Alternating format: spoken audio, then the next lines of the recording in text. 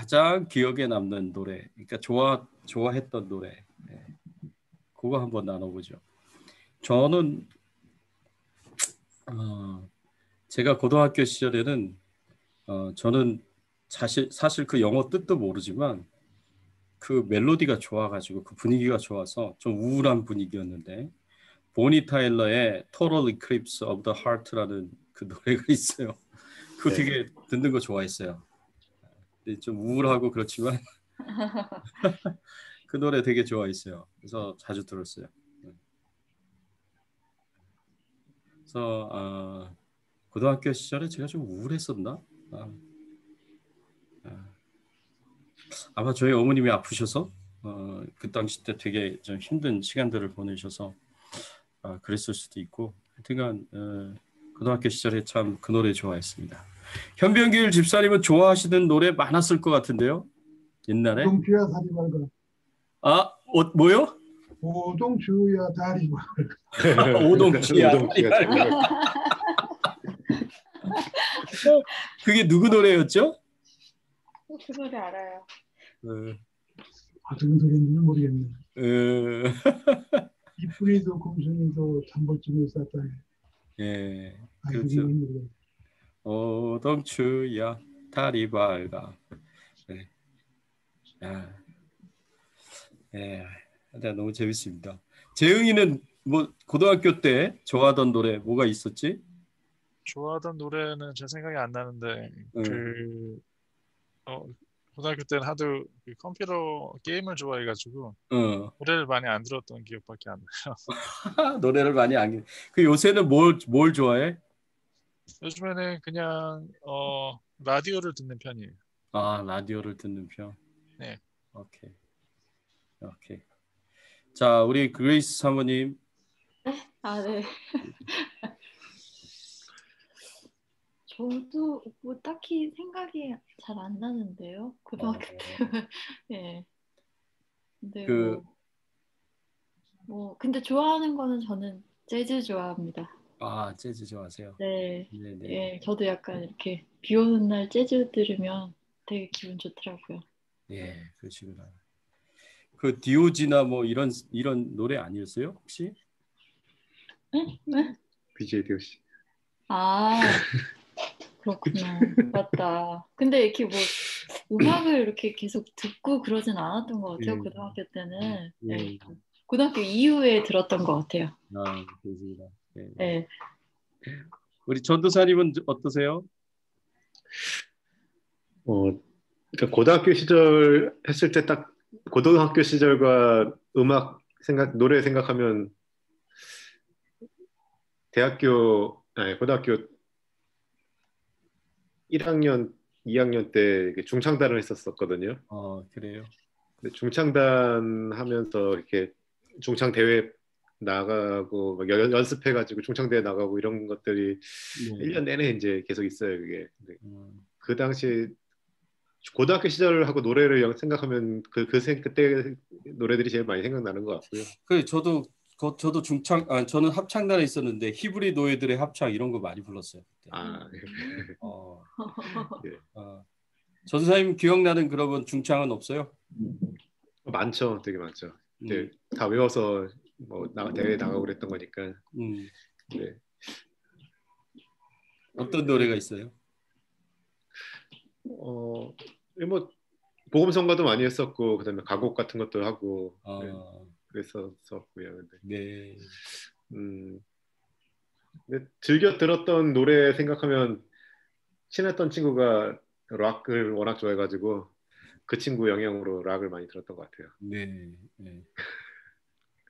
외국 뭐 퀸의 락이나 뭐 이런 거요? 그 친구가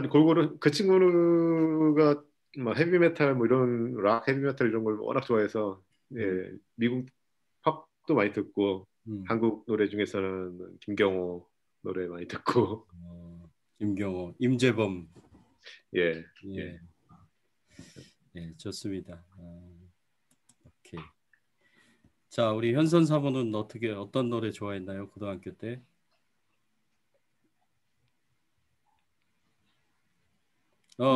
팬이었습니다. 네? 무슨 팬? 이문세 팬이었어서 이문세 팬이었죠. 노래 많이 좋아했습니다. 소녀. 네, 많이 좋아했죠. 예. 미국에 와서 이문세가 공연을 한다고 거기 좀 보내달라고 저한테 부탁을 했는데 제가 그때 안 보내준 게 지금 많이 후회가 돼요. 한 번은 고난 성 금요일 날 그거를 해가지고 교회 모임 해야 돼서 그때 또 못 보내준 것도 참 미안하고. 근데 뭐 어쩔 수 없죠. 성 금요일 날 그러는 건 좀 교인들이 교회에서는 좀 어려운 일이니까. 금요일 날 저 보내달라고 부탁 안 했습니다. 정확하게 얘기하세요. 그보다 훨씬 옛날에 한 번 왔는데 제가 가겠다 했더니 목사님이 네가 아직도 소년자냐 이랬거든요. 여기까지만 할게요. 이거 너무해요. 여러 군데서 돌 던지는 소리가 들리는데. 예. 손재희순 집사님. 잘 안 들려요. 마이크 좀 켜주세요. 저는 가요는 많이 안 들었는데, 네. 그때는 정수라 좋아했던 것 같아요. 정수라의 무슨 공포의 외인구단. 그대가 난 내가 좋아하는 것이라면 뭐든지 할 수 있어. 지금 그러고 사시잖아요. 그럼요. 그래서 이거 불러준 적도 있어요. 진짜요? 네. 와. 연애할 때. 시원 집사님한테 이 결과를 들어야 되는데. 연애할 때 불러주셨대요. 좋아하셨는지. 그럼요. 네. 근데 왜 연애할 때만 불러줘요? 그러게. 그 다음에는 이제 찬송가 복음성가로 넘어가야지. 그러셨구나. 너무 재밌네. 제가 절제를 하겠습니다. 저도 할 말. 네, 고맙습니다. 자, 우리 같이 기도하고 시작할게요. 하나님 아버지 감사합니다. 하나님의 은혜에 하나님의 사랑에 감사를 드립니다. 오늘 하나님의 말씀을 저희들이 함께 묵상하며 말씀에서 주는 교훈과 은혜를 얻기를 원합니다. 저희들이 말씀을 통해서 잘 배우게 하시고 말씀에 잘 순종하게 하시고 주님의 뜻에 저희들이 잘 따르면서 주님의 뜻을 이루어가고 행할 수 있는 저희들 되게 하여 주시옵소서. 오늘도 하나님께서 저희들과 함께 해주시고 성령님께서 우리 각 사람의 심령 가운데 은혜를 베풀어 주시기를 소원하며 예수 그리스도의 이름으로 기도드리옵나이다. 아멘. 예, 우리가 잘 알고 있는 열 문화 비유 누가복음 19장 11절에서 27절까지의 말씀인데요. 열 문화의 비유는 달란트 비유하고 굉장히 유사합니다. 그래서 달란트 비유와 동일한 이제 의미로 생각하고 이 말씀을 볼 수 있을 것 같아요. 마지막 때 우리 믿는 자들이 어떻게 살아가야 할 것인지에 대해서 우리에게 가르쳐주고 교훈해주고 있는 내용입니다. 여기서 보면은 어떤 귀인이 왕위를 받으러 먼 길을 떠나는 이야기로 시작이 되는데, 이 먼 길을 떠나 이후에 이제 10명의 종들을 불러가지고 그 전에 10명의 종들을 불러가지고 한 문화씩 이렇게 나눠주면서 그것을 가지고 장사를 하여 이익을 남기라고 그렇게 이제 부탁을 하죠. 명령을 하죠. 장사를 하라고 그렇게 명령을 하고 떠나는데, 이거는 이제 곧 누구를 의미하느냐? 이 주인은 예수님을 의미합니다. 그래서 예수님께서 승천하셔서 하나님께 올라가서 하나님 보좌 우편에 앉아 계시다가 마지막 때에 예수님께서 재림하셔서 하나님 나라의 왕으로 등극하시고 믿는 자들을 이제 천국으로 이끌어 가시는 그때의 그 상황으로 우리가 생각을 할 수가 있어요. 그래서 먼 데로 갔다라는 건 하나님 보좌 우편에 승천하시다 하나님 보좌 우편에 가셨다라는 것을 의미하고 예수 믿는 제자들에게 예수 믿고 구원받은 하나님의 자녀들에게 한 문화씩 주면서 달란트를 주면서 그거 가지고 장사하라는 거죠. 그래서 주인이 다시 돌아왔을 때 그래서 왕위를 받고 돌아왔을 때 그래서 주인이 나라를 세우게 되었을 때 그때 공헌을 할 수 있는 그런 이제 재정을 가지고 오라고 그렇게 이제 나라를 세우는 데 필요한 공헌한 그 재물을 가지고 오라고 그렇게 나중에 결산하는 그런 때가 온다는 것을 여기서 이 말씀에서 우리에게 가르쳐 줍니다. 여기서 이 말씀에 보니까 그 귀인이 왕위를 가지러 먼 길을 떠날 때 세 부류의 사람들이 여기서 나타나게 되는데 첫 번째는 누가복음 19장 14절 맨 첫 번째 예수님의 왕권과 통치를 거부하는 사람들이 생겨납니다. 그래서 이 사람들은 예수님을 미워하고 사자를 뒤로 보내서 이르되 우리는 이 사람이 우리의 왕됨을 원하지 아니하나이다. 이렇게 이제 이야기를 하는 사람들이 있습니다. 백성들 중에 악한 백성들이죠. 그래서 왕위를 받으러 가는 그곳에 사람들을 보내가지고 우리는 이 사람이 우리의 왕이 되는 것을 원하지 않는다라고 거부하는 그런 이제 사람들이 있었습니다. 그런데 이 사람들이 귀인을 자신의 왕이 될 그 귀인을 싫어하든지 미워하든지 또 거부를 한다고 하더라도 그것이 귀인이 왕위를 받고 다시 돌아와서 나라를 세우는 것에는 전혀 걸림돌이 되지 않는다는 겁니다. 이들이 반대하든 반대하지 않든 예수님께서는 이 땅에 내려오실 것이고 다시 오실 것이고 그리고 재림하셔서 하나님의 나라를 완성하실 것입니다. 그리고 예수님이 그 하나님 나라의 왕이 되시고 주인이 되시는 것에 대해서는 전혀 변함이 없어요. 단지 예수 그리스도의 그 왕권과 통치를 거부하는 그 악한 사람들이 이제 드러나게 된다라는 거죠. 그런 이제 한 부류의 사람이 있고요. 그런 사람들은 이제 누가복음 19장 27절 어떻게 되느냐면 그리고 내가 왕됨을 원하지 아니하던 저 원수들을 이리로 끌어다가 내 앞에서 죽이라. 결국에는 하나님의 심판과 형벌을 받게 되죠. 또 어떤 부류의 사람이 있냐면 하나님께서 한 문화를 맡기고 장사하라고 명령을 하셨는데 그 하나님의 명령에 불순종하고 게으르고 나태하고 그래서 전혀 하나님의 나라에 컨트리뷰션 공헌을 하지 않는 사람들이 나타나게 됩니다. 그 사람이 바로 누가복음 19장 20절과 21절 말씀에 나옵니다.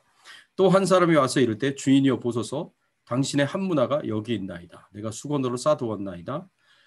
이는 당신이 엄한 사람인 것을 내가 무서워함이라. 당신은 두지 않은 것을 취하고 심지 않은 것을 거두나이다. 그러니까 이 사람은 자신이 장사를 해가지고 그 한 문화를 잃어버릴까봐 장사를 해서 잃어버릴까봐 두려운 마음에서 이게 수건으로 싸서 감춰두었다라고 이렇게 말씀하고 있는 것을 볼 수가 있어요. 여기서 한 문화는 노동자가 3개월 동안 일을 해서 벌을 수 있는 그런 금액이에요. 그러니까 뭐 작은 금액은 아니지만 그렇다고 뭐 큰 금액도 아니지만 3개월 동안 일을 해서 번 그 금액을 가지고 장사를 하라 그랬는데 아무것도 하지 않은 거예요. 그러니까 이거는 이제 오늘날로 얘기하자면 하나님이 주신 그 달란트를 가지고 하나님의 나라를 위하여 아무런 공헌을 하지 않고 아무런 일도 하지 않는 그리고 게으르고 나태하고 세상의 즐거움과 쾌락을 쫓아가면서 하나님의 나라에 대해서 관심이 없고 하나님 나라에 아무런 이제 유익을 끼치지 못하는 그런 이제 명목상의 그리스도인들이다라고 우리가 생각을 할 수가 있습니다. 누가복음 19장 13절에 보면 또 어떤 사람이 주인이 이제 장사하라는 명령을 하고요. 24절에 보면 그 한 문화 가지고 아무것도 행하지 않았었던 그 종에 대해서 19장 24절에 그 귀인이 뭐라고 얘기하냐면 곁에 섰는 자들에게 이르되 그 한 문화를 빼앗아 10문화 있는 자에게 주라 하니 한 문화를 빼앗아서 10문화 있는 자에게 줘라. 그래서요 이게 영적인 중요한 원리입니다. 없는 자는 가진 것도 빼앗기게 되겠고 있는 자는 더욱 풍성하여지리라 라는 것이 이제 영적인 굉장히 중요한 원리이기도 한데 이게 달란트 비유에서도 똑같이 이렇게 하나님께서 말씀을 하십니다. 한 달란트 받은 자에게 5달란트 받은 자에게 그 이제 한 달란트를 주라고 얘기를 해서 한 달란트 마저 빼앗기게 되는 거예요. 제가 전에도 말씀드린 적이 있지만 요한복음 15장에 포도나무 비유에서 이제 열매를 맺지 않는 가지를 다 잘라버리고 가지치기 하는 그래서 열매 맺는 가지에게 모든 수분과 양분을 몰아줘서 더 풍성한 열매를 맺도록 만드시는 그런 이제 영적인 원리들을 우리가 생각해 볼 수가 있습니다. 그래서 결국에는 하나님께서는 아무런 이제 하나님의 나라를 위하여 컨트리뷰션 하지 않는 사람들에 대해서 결국에는 그 있는 것도 빼앗아서 가진 자에게 더 풍성하게 주시는 것을 이 말씀을 통해서 우리가 생각을 해볼 수가 있고요. 누가복음 19장 26절의 말씀을 통해서는 주인이 이르되 내가 너에게 말하노니 무줄 있는 자는 받겠고 없는 자는 그 있는 것도 빼앗기리라. 이제 이것이 제가 조금 전에 말씀드린 영적인 원리에 대해서 말씀하고 있습니다. 그리고 우리가 오늘 본문에는 이제 정확하게 나오진 않지만 달란트 비유에서는 이 게으른 종에 대해서 뭐라고 말씀하시냐면 마태복음 25장 30절의 말씀에 보면 이 무익한 종을 바깥 어두운 데로 내쫓으라. 거기서 슬피 울며 이를 갈리라 하니라. 이 무익한 종이다라고 이야기를 하시면서 바깥 어두운 데로 내쫓아라. 슬피 울며 이를 갈리라. 이거는 이제 결국에는 하나님께서 끝까지 주인에 대해서 거역하고 또 주인의 왕권과 통치에 대해서 거부하고 끝까지 악을 행하는 그 사람들과 함께 결국에는 지옥 형벌을 받게 될 것이다 라고 이렇게 말씀을 하고 있는 내용과 똑같습니다. 그래서 바깥 어두운 데는 결국엔 지옥을 가리키고요. 거기서 슬피 울며 이를 갈리라 라고 그렇게 말씀을 하셨어요. 그래서 교회 안에서도 알곡이 있을 것이고 이 쭉정이가 있을 것이다 라고 했었던 예수님의 말씀과 연결을 시켜서 생각을 해보면 마지막 때 예수님께서 키질을 하실 것이고 알곡은 안으로 불러 모으시고 그리고 쭉정이는 밖으로 이제 불어서 결국에는 불에 태울 것이다 라고 그렇게 말씀하신 내용과 함께 연결해서 생각하면 굉장히 무서운 말씀이다 라고 우리가 생각을 해볼 수가 있습니다.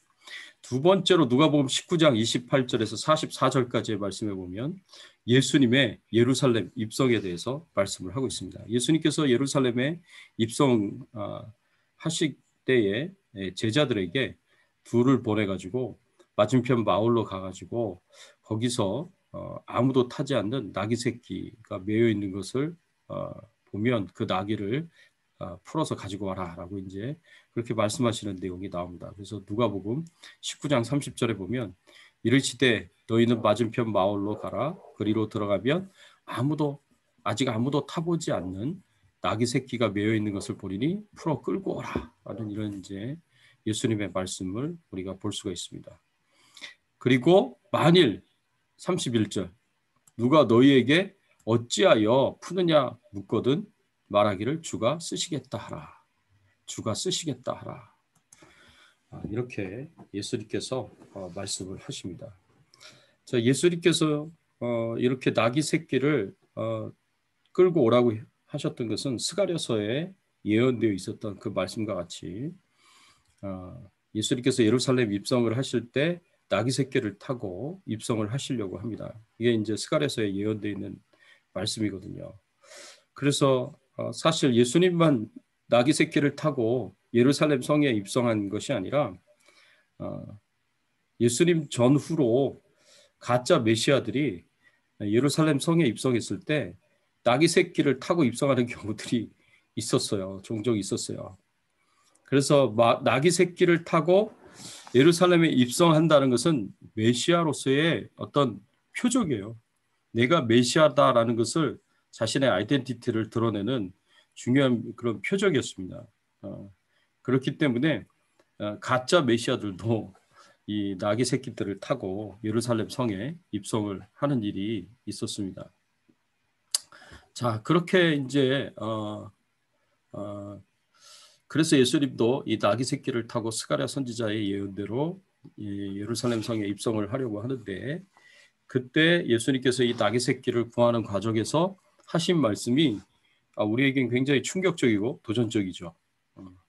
제자들에게 돈을 주어서 이 나귀 새끼를 사갖고 오라고 하셨으면 이해가 될 텐데, 돈을 주시지도 않고 그냥 나귀 새끼를 풀어갖고 오라, 이게 도둑질하라는 말씀처럼 보이거든요.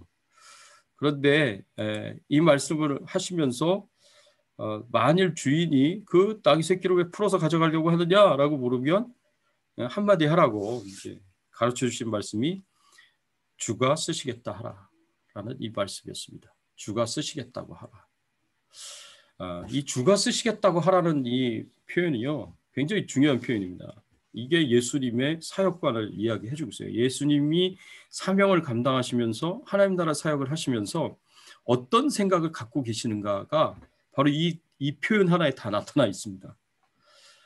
예수님은 하나님 나라를 위해서라면, 하나님을 위해서라면, 하나님의 뜻을 이루는 일을 위해서라면, 주님이 원하시면 우리는 모든 것을 다 하나님 앞에 드릴 수 있어야 된다라는 것을 여기서 말씀을 하고 계시는 거예요. 실제로 예수님이 그렇게 지금 하고 계시는 거죠. 하나님이 원하시기 때문에 십자가의 길을 가시는 것이고, 하나님이 원하시기 때문에 십자가의 고난과 죽음도 감수하시는 거예요. 십자가의 고난과 죽음을 감수하는 것이 예수님도 쉬운 일이 아니었기 때문에 할만하시거든 이 잔을 내게서 옮기시옵소서라고 하나님께 겟세마네 동산에서 기도를 하셨던 것이고요. 그것이 얼마나 정신적으로 스트레스가 되고 얼마나 큰 고민이 되었으면 이제 기도하시면서 흘리셨던 그 땀방울이 핏방울이 되었다라고 그렇게 표현될 정도로 그렇게 스트레스와 심한 고민을 하셨다는 거죠. 스트레스 받고. 자, 이렇게 예수님께서는 그렇지만 주님이 원하신다면, 주님이 바라신다면, 주께서 쓰시겠다고 하신다면 내가 이 생명까지도 주님께 드리겠습니다. 그렇게 예수님께서 행하시는 겁니다.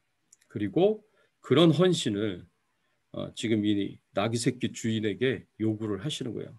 나귀 새끼 주인이 누군지는 모르겠지만 이 예수님의 요구에, 주가 쓰시겠다 하라는 이 요구에 나귀 새끼 주인은 무슨 미친 소리냐, 돈을 주든지 아니면 당장 꺼져라, 이렇게 얘기를 할 수도 있는 그런 상황인데, 나귀 새끼 주인은 이 나귀를 기꺼이 주가 쓰시는 일에 자신이 내어놓게 됩니다. 이런 것을 보면서 참 예수님도 대단하지만 이 나귀 새끼 주인도 참 대단하다는 그런 생각을 하게 됩니다. 그리고 이 질문을 우리에게 한다면 우리가 어떻게 주님께 대답을 해야 할 것이냐. 주님이 내가 원하니까, 내가 쓸 테니까 너 나에게 이거 주지 않겠니? 라고 예수님께서 말씀을 하시면 뭐라고 대답을 하시겠습니까? 예수님처럼, 나귀 새끼 주인처럼 우리가 바르게 반응을 했으면 좋겠습니다. 세 번째로는 누가복음 20장 9절에서부터 18절 악한 포도원 농부들의 비유가 나옵니다. 자, 여기서 어떤 한 포도원 주인이 포도원을 만들었어요. 그리고 그 포도원을 농부들에게 세를 주고 그리고 타국으로 오래 있게 되었습니다.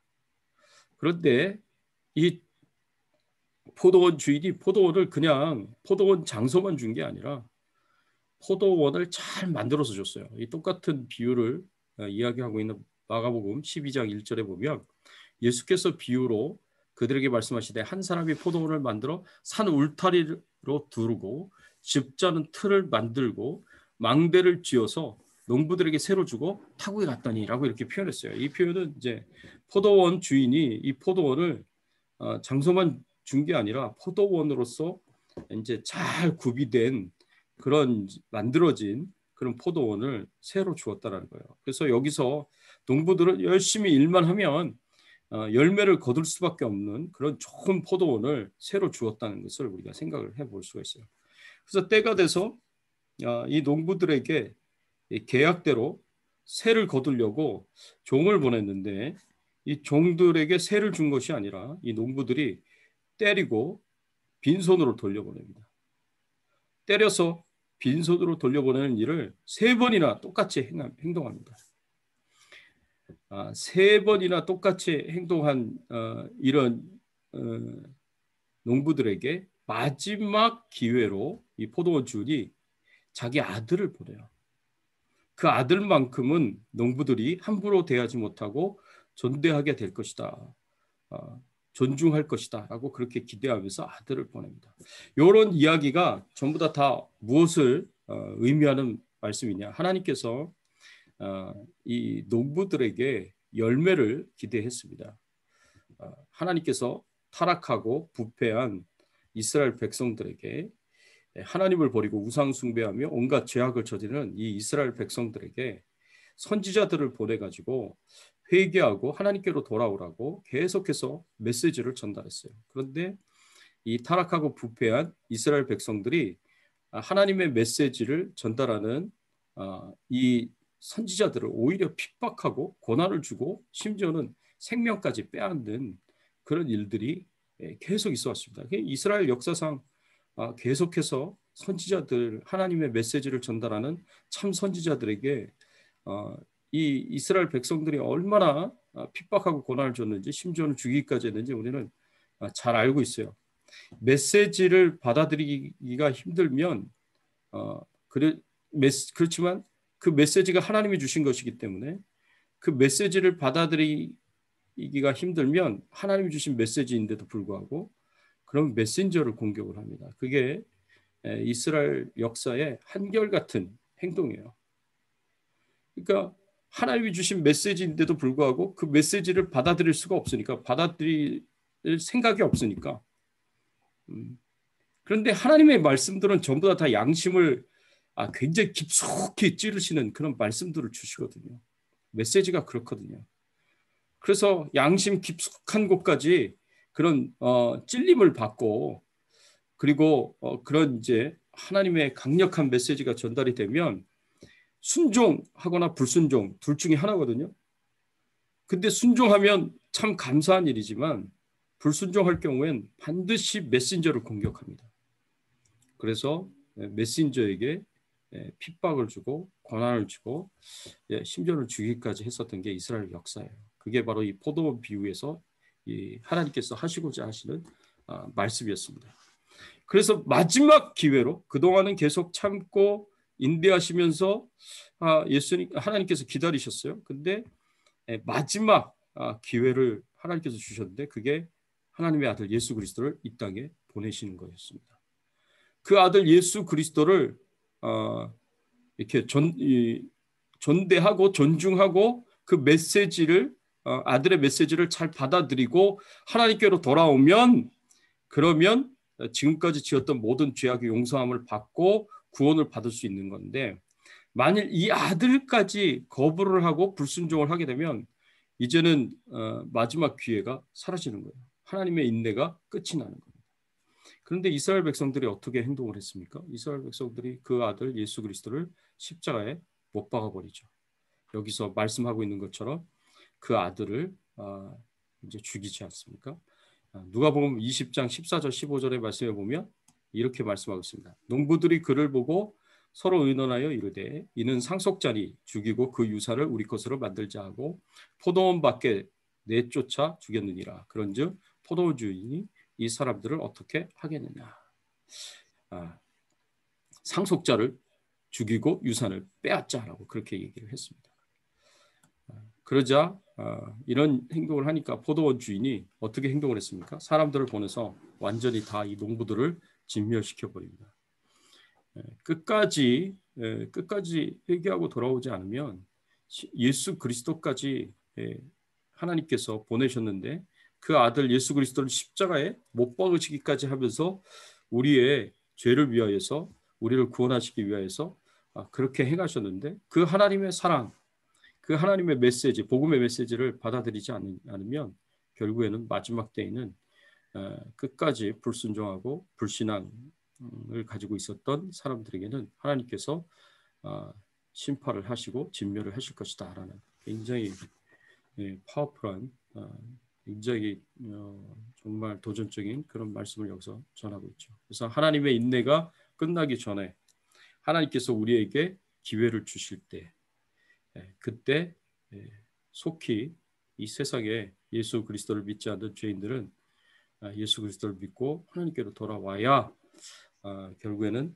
구원의 기회가 주어지는 것이지 그렇지 못할 경우에는 하나님의 심판을 받아 진멸을 당하게 될 것이다.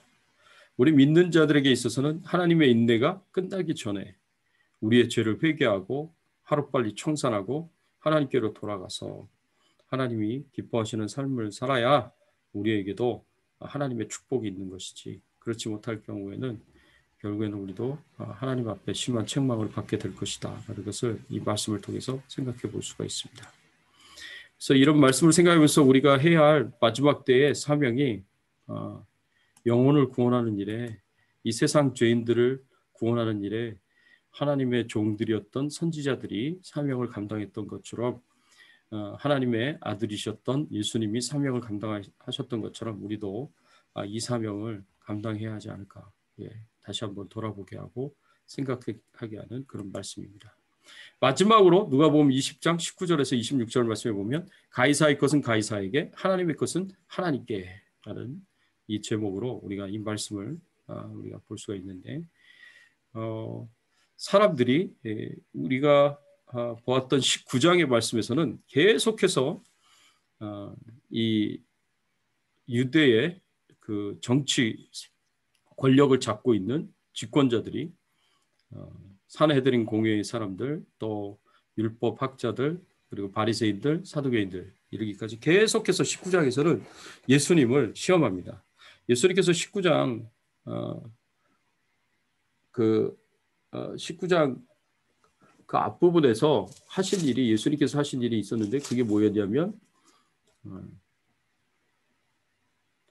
성전을 청결하게 하는 그 사건을 행하셨습니다.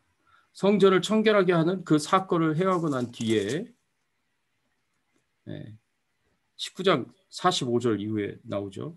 20장에 가면서부터 계속 거기에 앙심을 품은 유대 지도자들이 계속 예수님을 시험합니다. 그래서 예수님에게 올무를 놔가지고 예수님을 시험해서 예수님을 붙잡아 이제 예수님을 죽일 계획을 계속해서 세우는 거죠. 그래서 계속 시험을 하죠. 덫을 놓죠.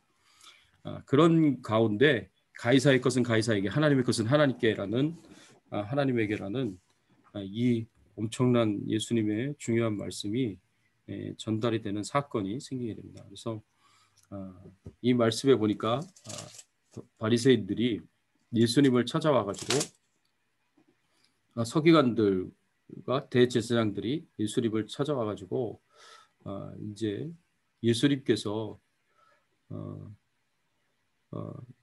시험에 들도록 만드는데 질문을 하게 됩니다. 그 당시 때 중요한 이슈였던 질문 하나가 뭐냐면 하나님이 이스라엘의 왕인데 이스라엘의 왕인 하나님께 드려야 할 세금을 인간의 왕인 이방인의 왕인 시저에게 로마의 황제에게 세금을 바치는 것이 옳은 일이냐. 이제 이게 굉장히 신학적인 중요한 이슈죠. 이 신학적인 중요한 이슈에 대해서 굉장히 큰 토론들이 있었습니다. 그리고 아직까지 정리가 되지 않았어요. 집권 세력들은 자신들의 기득권을 유지하기 위해서 세금을 바쳐야 된다 찬성하는 쪽이었고, 그러나 이제 바리새인들이나 열심당원들이나 또 일반 백성들은 하나님께 드려야 할 세금을 우리가 인간 이방인의 왕에게 우리가 바칠 수가 없다. 그래서 이제 반대하는 양쪽으로 이렇게 첨예하게 의견이 갈라졌습니다. 이런 가운데 그 심각한 답이 없어 보이는 이 질문을 예수님에게 한 거예요. 누가복음 20장 22절에 우리가 가이사에게 세를 바치는 것이 옳으니까 옳지 않으니까 이 질문을 한 거죠. 그런데 예수님께서 누가복음 20장 23절 25절에 보면 예수께서 그 간계를 아시고 이르시되 데나리온 하나를 내게 보이라. 누구의 형상과 글이 여기 있느냐? 대답하되 가이사의 것이니이다. 그런즉 이르시되 그런즉 가이사의 것은 가이사에게 하나님의 것은 하나님께 바치라. 가이사의 것은 가이사에게 하나님의 것은 하나님께 바치라고 이렇게 예수님께서 말씀하십니다. 그래서 국가 권력이 요구하는 세금에 대해서 하나님의 백성들은 그 세금을 바쳐야 된다라는 것을 예수님께서 말씀을 해주고 계시죠. 그렇지만 예수님의 강조점은 앞에 있는 게 아니라 뒤에 있습니다. 국가 권력이 정치 권력이 세금을 원해? 그러면 바치라는 거죠. 그렇지만 하나님의 것은 하나님께 바쳐라. 이래서 이제 예수님께서는 이 올무에서 벗어나게 되죠. 가이사의 것은 가이사에게 바치라고 말씀하심으로 예수님이 하신 이 말씀이 정치 권력자들이 기득권 세력들이 찬성하는 그 세금 바치는 문제에 예수님도 찬성하는 것처럼 말씀을 하셨지만 그러나 예수님께서 진짜 하시고자 하시는 말씀은 하나님의 것은 하나님께 바치라는 것이었어요. 이 말씀 앞에서 어느 누구도 반대를 할 수가 없는 거죠. 유대인들이라면 하나님의 백성들이라면 하나님의 것은 하나님께 바쳐야 된다는 것에 이제 반대를 할 사람이 아무도 없는 겁니다. 이거는 너무나 맞는 말씀이기 때문에. 근데 하나님의 것은요, 이제 예수님께서 데나리온이라는 동전 하나를 가지고 오라고 말씀을 하셔서 이 안에 누구의 형상이 있느냐? 여기 보면은 데나리온 안에 로마 황제의 형상이 있습니다. 그리고 이 형상이 누구라고 이제 알려졌냐면 로마 황제 티베리우스의 그 얼굴이 여기에 그려져 있다라고 그렇게 알려졌고요. 여기에 쓰여져 있던 요 글들이 존엄한 시대 존엄한 아들 티베리우스 가이사라는 그런 이제 글이 쓰여졌다고 합니다. 그래서 요 동전을 가지고 와보라라고 얘기를 하면서 이 동전에 쓰여진 이 동전은 이 동전에 이제 새겨진 그 형상을 가진 사람의 것이다라고 해서 가이사의 것은 가이사다라고 이렇게 말씀을 하신 거고요. 그렇지만 하나님의 형상으로 만들어진 이 세상에 있는 모든 사람들은 다 누구의 것이에요? 하나님의 형상으로 만들어졌기 때문에 하나님의 것이다라고 예수님께서 말씀을 하시는 거고요. 하나님이 창조하신 세상에 있는 모든 만물이 다 누구 것이에요? 하나님의 것입니다. 그래서 하나님의 것이다. 하나님의 것은 하나님께 바쳐라라고 예수님께서 말씀을 하시는 겁니다. 그래서 하나님께 너희들이 가지고 있는 모든 것을 다 우리가 가지고 있는 모든 게 다 하나님의 것이죠. 하나님께 바쳐야 된다는 하나님을 위해서 사용할 수 있어야 된다는 것을 우리에게 가르쳐주고 있고 교훈해주고 있습니다. 그래서 우리에게 진정한 우선순위가 누구에게 있느냐? 하나님께 있다는 것을 여기서 말씀을 하고 있죠. 우리가 진짜 최고의 가치로 여겨야 할 분이 누구냐? 우리를 소유하고 있는 우리의 주인이시오. 우리를 만드신 우리의 창조주이신 하나님이시다라는 것을 여기서 우리에게 가르쳐주고 있습니다. 그래서 결국에는 아무도 예수님을 올무에 빠뜨리지 못하고 예수님에게 손을 댈 수가 없었습니다. 자, 오늘 이 말씀 네 가지 말씀 다 봤는데 혹시 질문이 있습니까? 이 말씀에 대해서 질문 있으면 하시죠.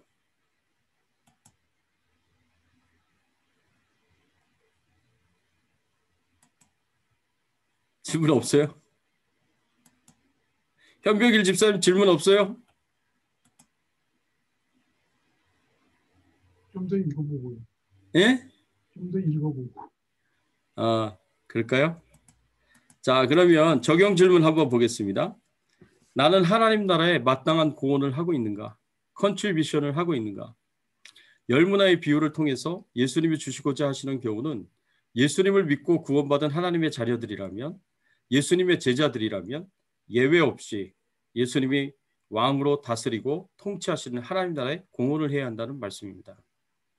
마땅히 하나님 나라의 공헌을 하는 것이 참된 제자의 특징이요, 하나님의 자녀들의 특징이요, 알곡의 특징입니다. 그러나 게을러서 세상 즐거움에 빠져서 전혀 아무것도 하지 않는다면 그것은 쭉정이의 특징입니다. 쭉정이는 하나님의 책망을 받고 심판을 받게 될 것입니다. 자, 나는 하나님의 나라에 마땅한 공헌을 하고 있는가? 한번 생각을 해보십시오. 두 번째로, 나는 주가 쓰시겠다고 말씀하시며 나의 시간과 몸과 재물과 생명을 요구하신다면 어떻게 반응하시겠는가? 나귀 새끼 주일에게 예수님께서 말씀하신 주가 쓰시겠다는 말씀은 굉장히 도전적인 말씀이에요. 나귀 새끼 주일에게 요구하셨듯이 오늘날 우리에게도 예수님이 요구하십니다. 주께서 원하시니, 주께서 쓰실 것이니 너의 생명을 달라, 너의 시간을 달라, 너의 모든 것을 달라고 말씀하십니다. 예수님의 요청에 우리는 어떻게 반응해야겠습니까?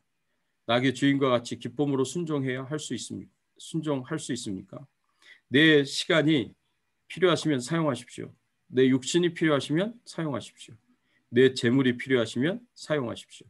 내가 가진 모든 것은 모두 주님께로부터 온 것 아닙니까? 주님이 주신 시간이요, 주님이 주신 생명이요, 주님이 주신 육신이요, 주께서 주신 재물인데 주님을 위해서 사용하는 것이 마땅합니다. 이렇게 대답할 수 있기를 바랍니다.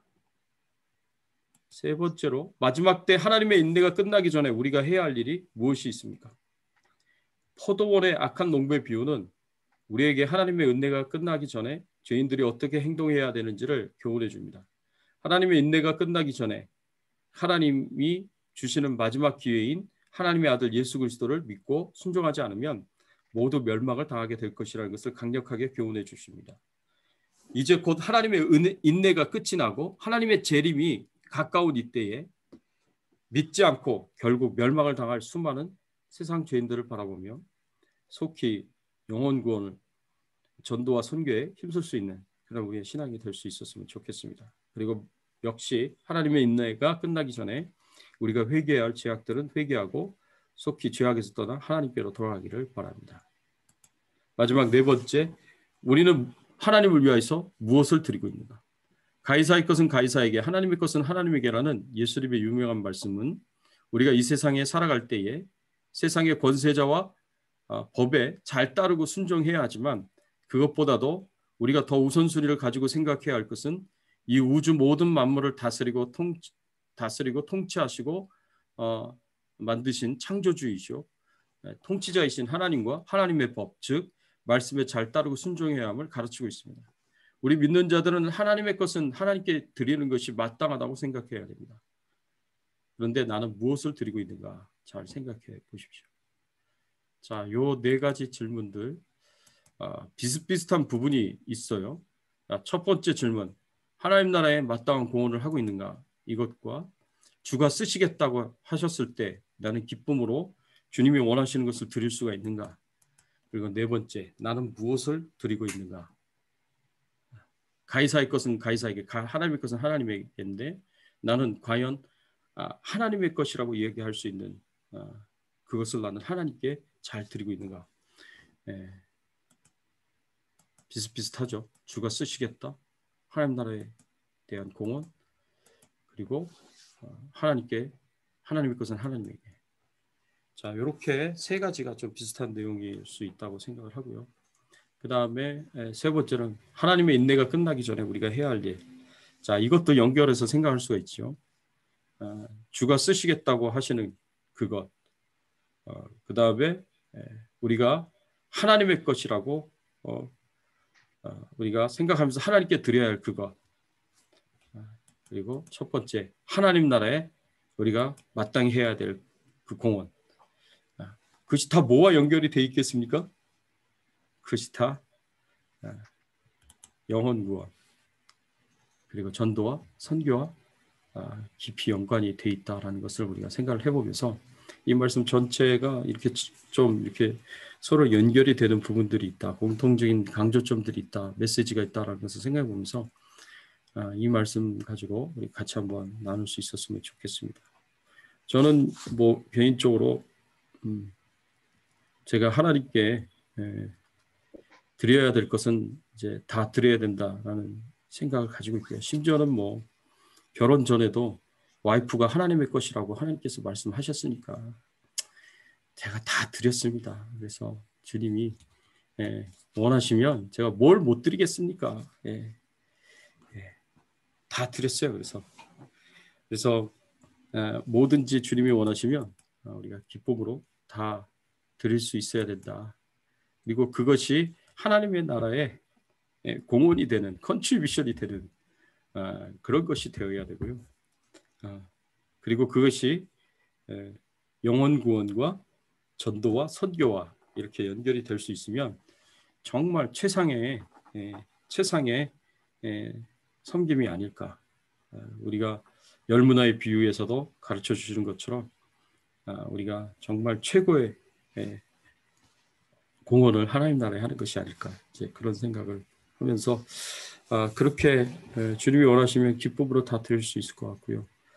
그 다음에 앞으로 제가 목회를 하면서 계속 강조하고 추구해야 될 방향도 역시 이것과 연결을 시켜서 생각을 해보면 말씀과 사랑으로 바른 신앙 전수하고 말씀과 사랑으로 세상을 정복하여 세상을 그리스도에게로 드리는 것이다라는 것이 우리 주백성교회 비전이고 제 비전인데 그 비전대로 하나님 나라, 세상 나라를 정복해서 그 세상을 하나님께 드림으로 하나님 나라가 완성이 되는 그 일에 함께 동참하면서 동역하면서 사명을 감당할 수 있었으면 좋겠습니다. 이제 그것이 제 적용이라고 생각할 수가 있고요. 다른 분들 같이 한번 나눌까요? 현병일 집사님 하실 말씀 있으세요? 오케이. 우리 남사모는 같이 좀 나눠주죠.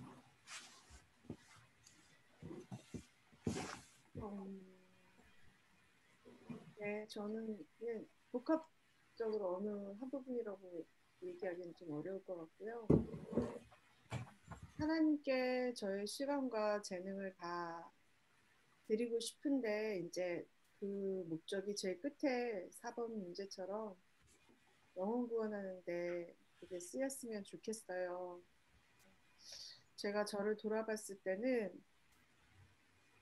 제가 계획하는 것이 있는데 좋은 점은 쉬지 않고 끊임없이 그 방향을 가고 있다는 거는 제가 계속 그 마음을 가지고 기도하면서 가는 건데 아쉬운 점은 속도가 너무 안 나서 네, 제가 좀 더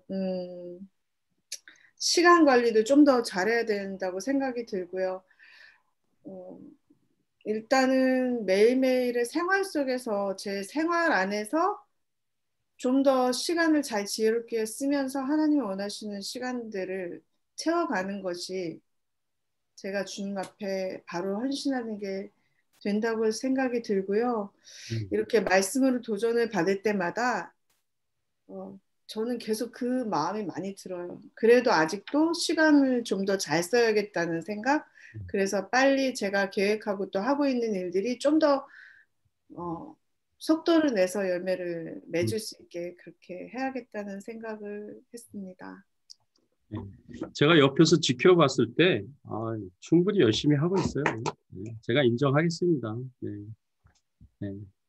뭐 그만하면 뭐 제가 보기에는 뭐 몸이 2개도 아닌데 열심히 하고 있다고 생각하고 있고 이제 속도를 내서 열심히 해야 되는 그 일이 뭐예요?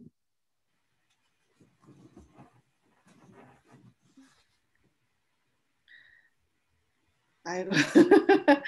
네, 제가 이제 교회에서도 이렇게 섬기고 있지만 개인적으로는 제가 음악을 하고 있기 때문에 그런 것들을 하나하나 이렇게 좀 작업을 해가지고 제가 유튜브에 좀 올리려고 하는데 그렇게 하면은 실질적으로 제가 오랫동안 몇십 년씩 기도했던 제 친구들이나 친척들한테 좀 자연스럽게 그런 것들을 좀 전달하면서 조금은 더 제가 기도만 하는 게 아니라 뭔가 줄 수 있지 않을까 해서 그런 것들을 준비하고 있습니다. 네.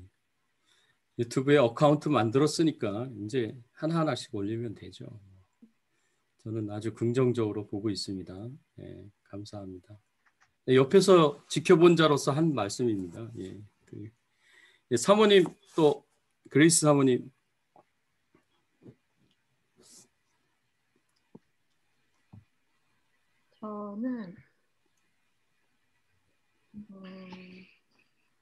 저는 4번이요. 4번이요. 네. 네. 저는 하나님을 위해서 무엇을 드리고 있는가 이 질문을 계속 생각해 봤는데 지금 뭐 이렇게 딱히 뭐 제가 뭐 헌금을 막 크게 막 터하고 뭐 이렇게 하지도 못하고 뭐 그렇다고 뭐 어떤 재능이 있어서 그 재능으로 막 이렇게 영향력을 끼치고 그러지는 못해요.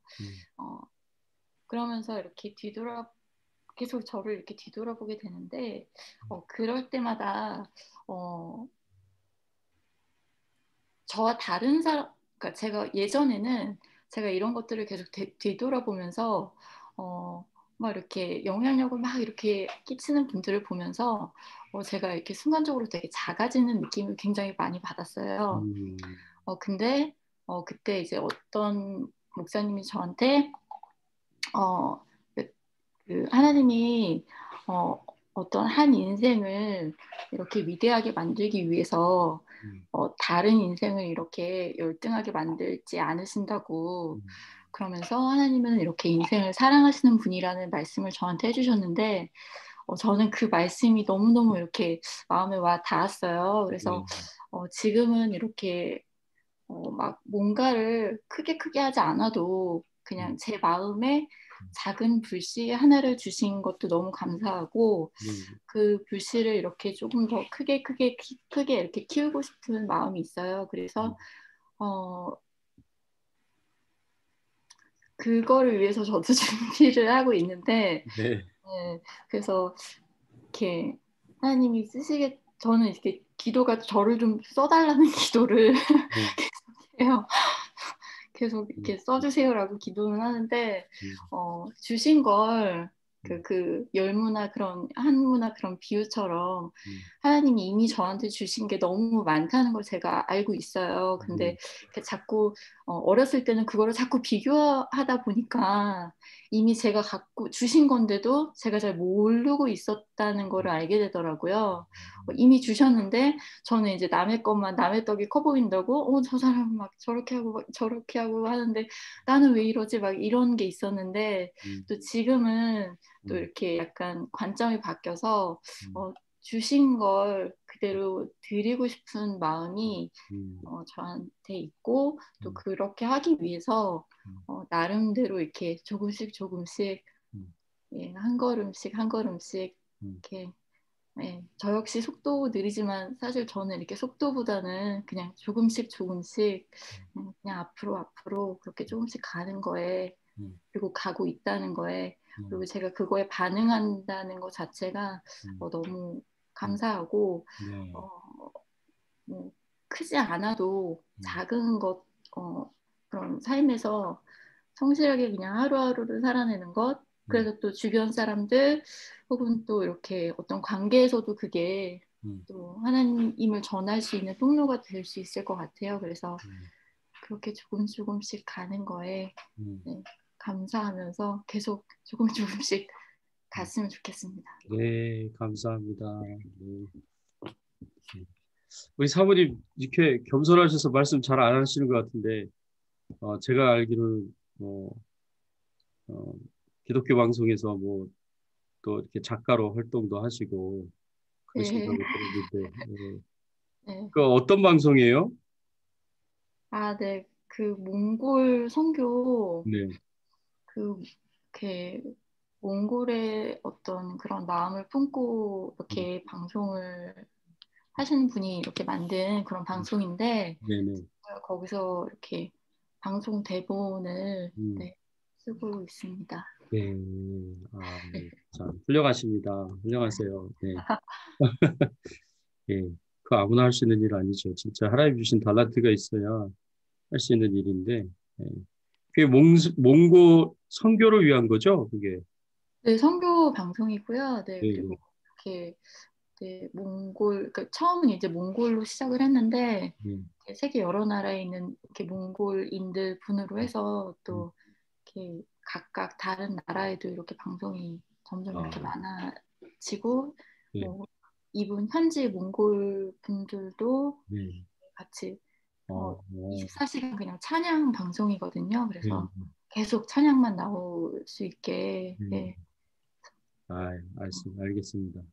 참 너무 훌륭하신데 지금 하고 계시는 일도 잘 하고 계시는 거라 저는 생각하고요. 좋은 결과 있었으면 좋겠습니다. 감사합니다. 네. 전도사님, 우리 뭐 나누고 싶은 얘기 같이 좀 나눠주시죠.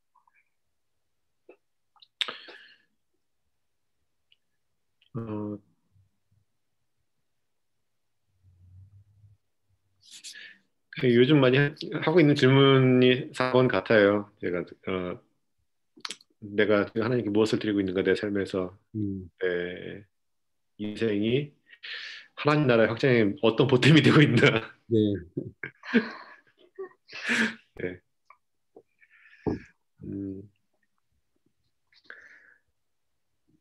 이제 지난주에도 잠깐 뭐 제 예전 또 그런 이야기들을 짧게 나눴었지만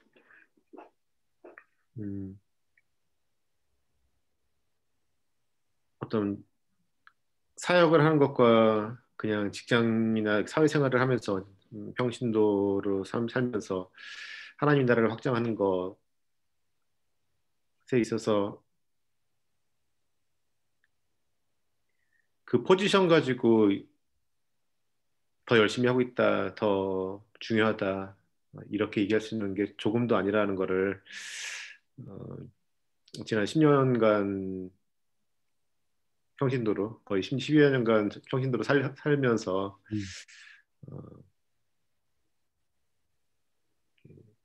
뚜렷하게 알게 된 것 같고요.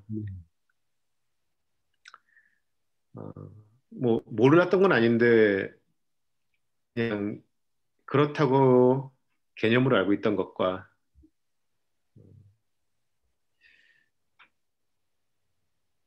제가 삶에서 말씀에 비추어서 느끼고 깨달은 바들이 더 또렷해진 것 같고요. 그런 이유 때문에 한편으로는 이제 사역을 멈췄었던 것도 있었는데 우리 주백성교회에서 함께 찬양하면서 계획했던 건 아니었는데 이렇게 우리 교회에서 함께 한지 벌써 1년이 됐고 또 저희 계획이 아니라 또 하나님의 어떤 인도하심이나 뜻하심이 있었다고 저는 생각이 들어요 요즘. 그리고 그에 이어서 몇 가지 생각들을 막 복잡하게 하고 있는 중입니다 지금. 네, 무엇을 드려야 되는가, 무엇을 드리고 있는가라는 그 4번 질문이 현재 질문이고 그 질문에서부터 나오는 그러면 내가 뭘 해야 하는가, 무엇을 하는 것이 좋은 것인가 라는 질문들을 혼자 하고 또 아내하고도 계속 나누고 요즘 그러고 있습니다. 네, 감사합니다. 네, 좀 더 구체적이 되면 좀 같이 나중에라도 나눠주시면 좋겠네요. 네네. 네, 감사합니다. 네.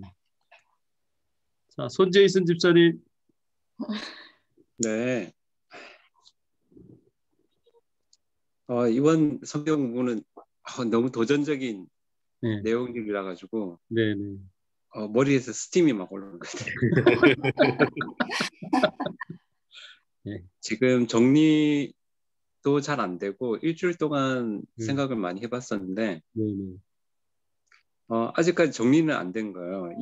지금 적용 질문을 받고도 제가 고민이 많이 됐던 것 중에 하나가 저는 우리야 그 바세바의 남편 우리야 생각을 많이 났었어요.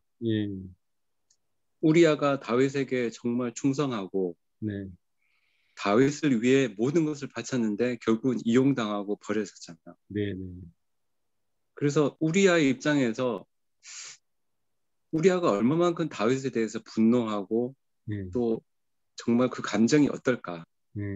나중에 천국에 가서 어떻게 다윗을 볼 수 있을까 하는 생각이 많이 들었었어요. 네. 그래서 저는 다른 것보다 이렇게 우리아가 뭐랄까 버림받았다는 다윗으로부터 다 모든 걸 다 헌신하고 충성했는데 버림받았다는 거기에 제 마음이 가고 포커스가 갔었는데 근데 계속 이렇게 묵상하고 생각하면서 느꼈던 게 뭐냐면 아까 목사님 말씀하셨던 것처럼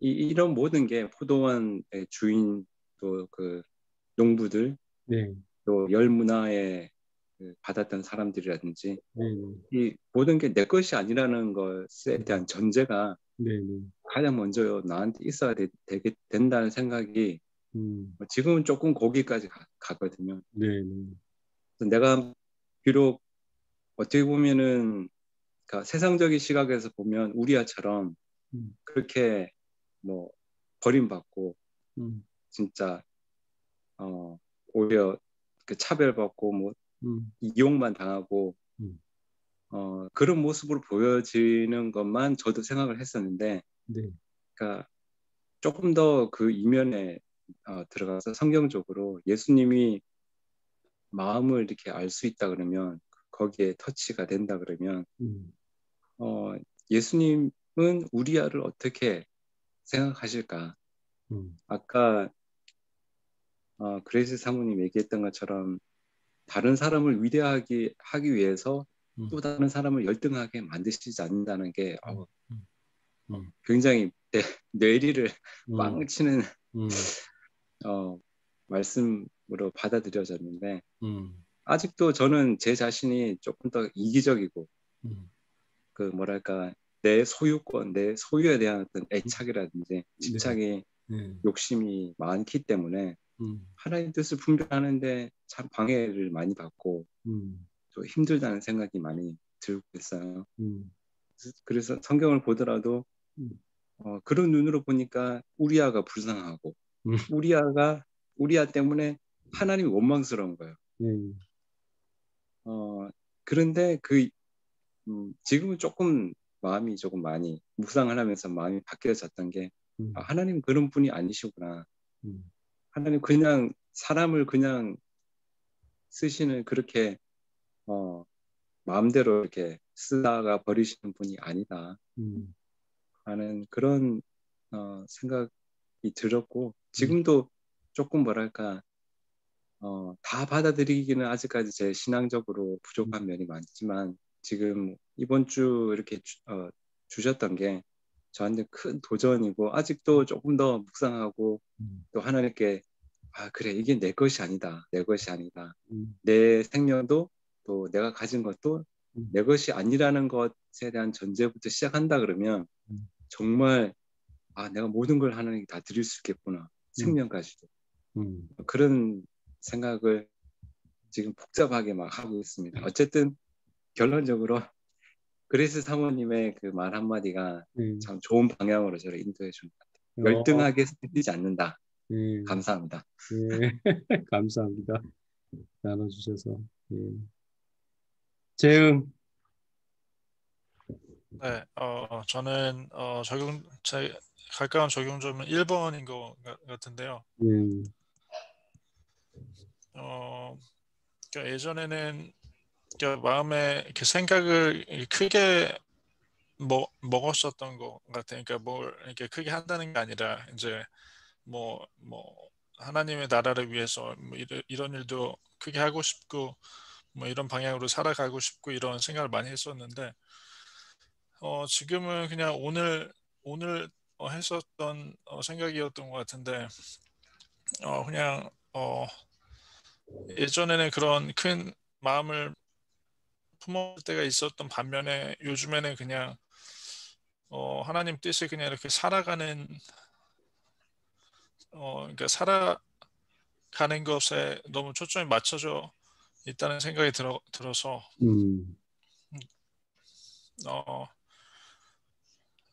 그러니까 너무 이제 제 삶에만 이렇게 초점이 맞춰지고 그리고 그냥 생활하는 거 그냥 살아가는 거에만 너무 집중하다 보니까 제가 어떤 방향으로 하나님 나라를 섬겨야 되는지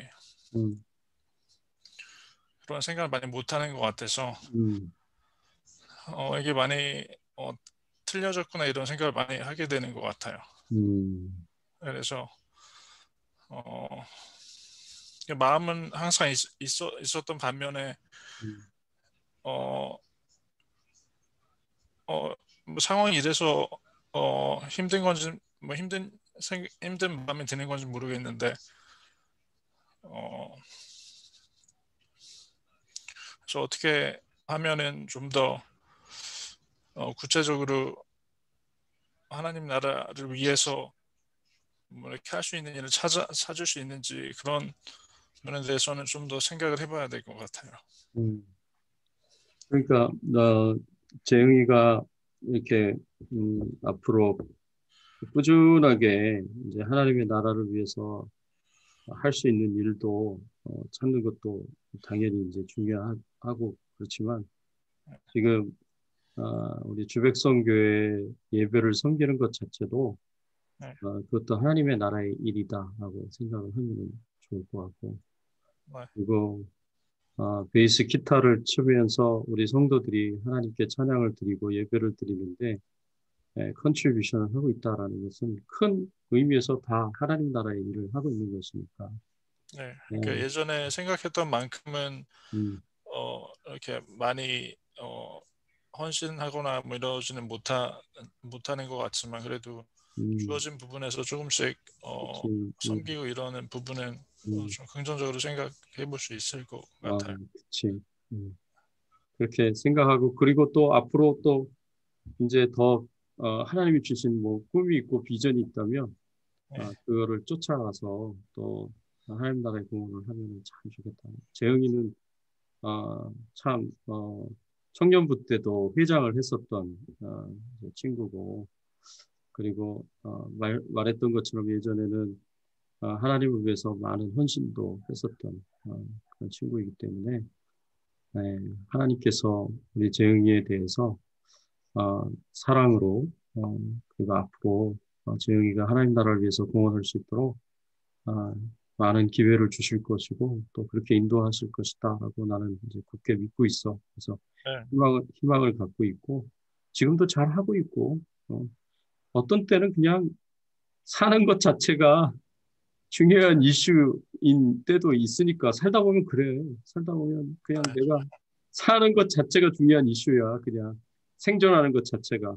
그럴 때도 있지만 또 그게 또 다는 아니니까 지금처럼 조금씩 지금도 잘하고 있고 또 앞으로도 계속 이 방향으로 쭉 나가서 하나님 나라를 위해서 조금이라도 더 할 수 있는 것이 있으면 또 하면 되는 거고 그렇게 해서 정말 하나님 앞에 잘 섬길 수 있었으면 좋겠다. 지금도 잘하고 있기 때문에 앞으로도 희망이 있다고 나는 생각을 하고 있고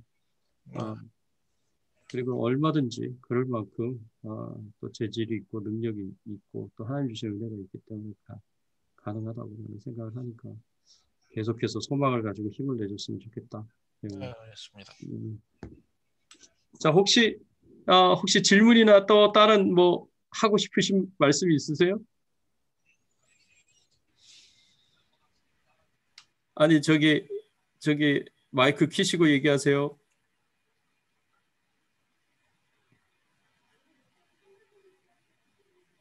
네, 뭐 현병일 집사님 더 하실 말씀 없으시죠?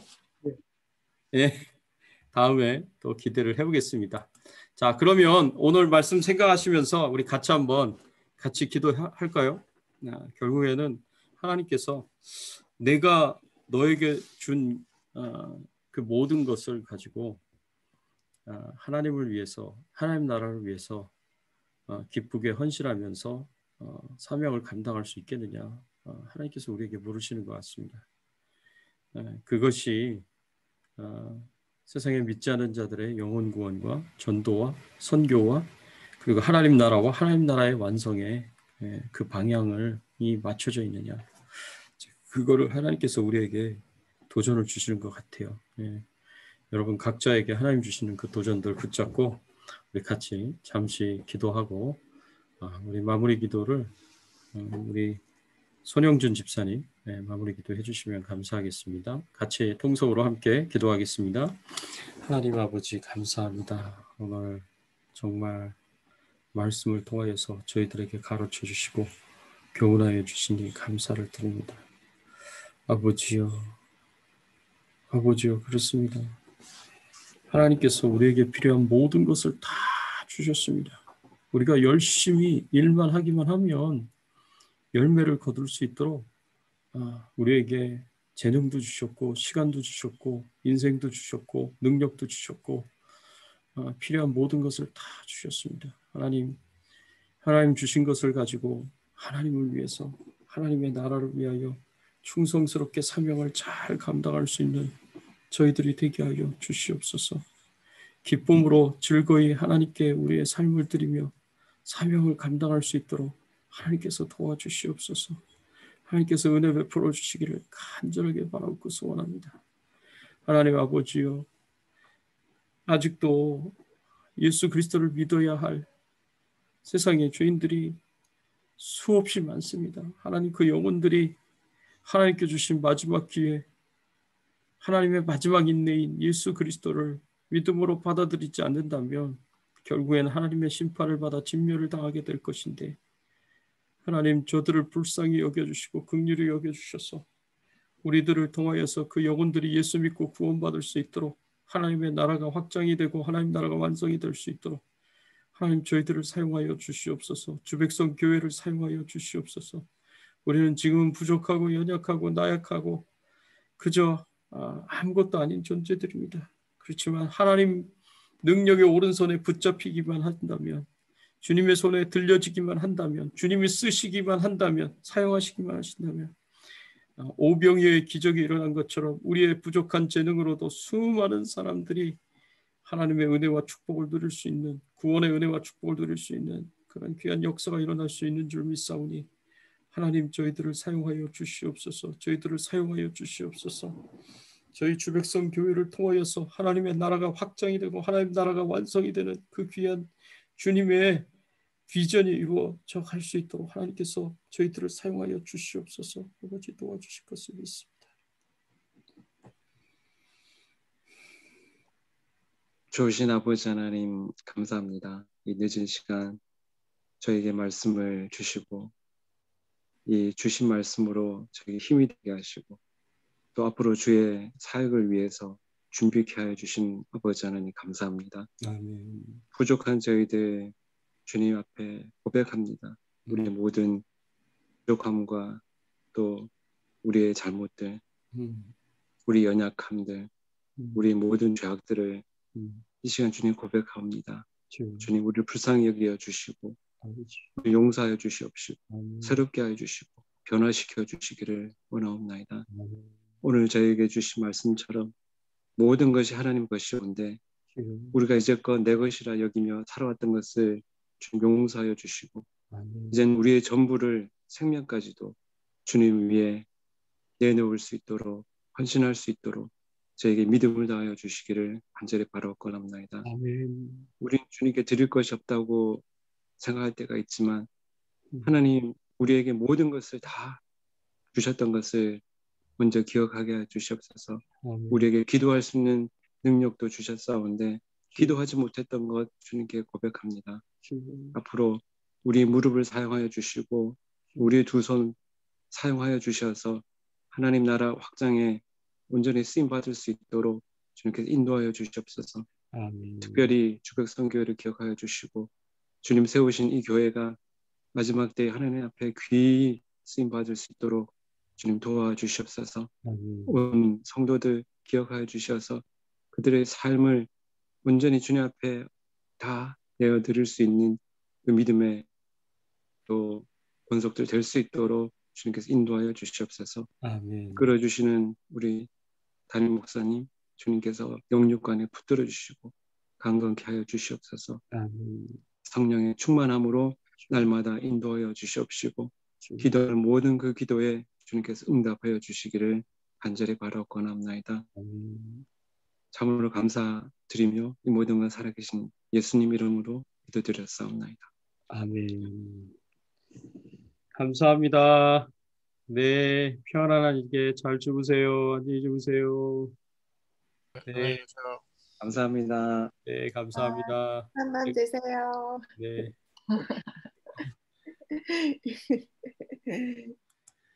자, 그러면 제가 끌게요. 일률적으로. 네.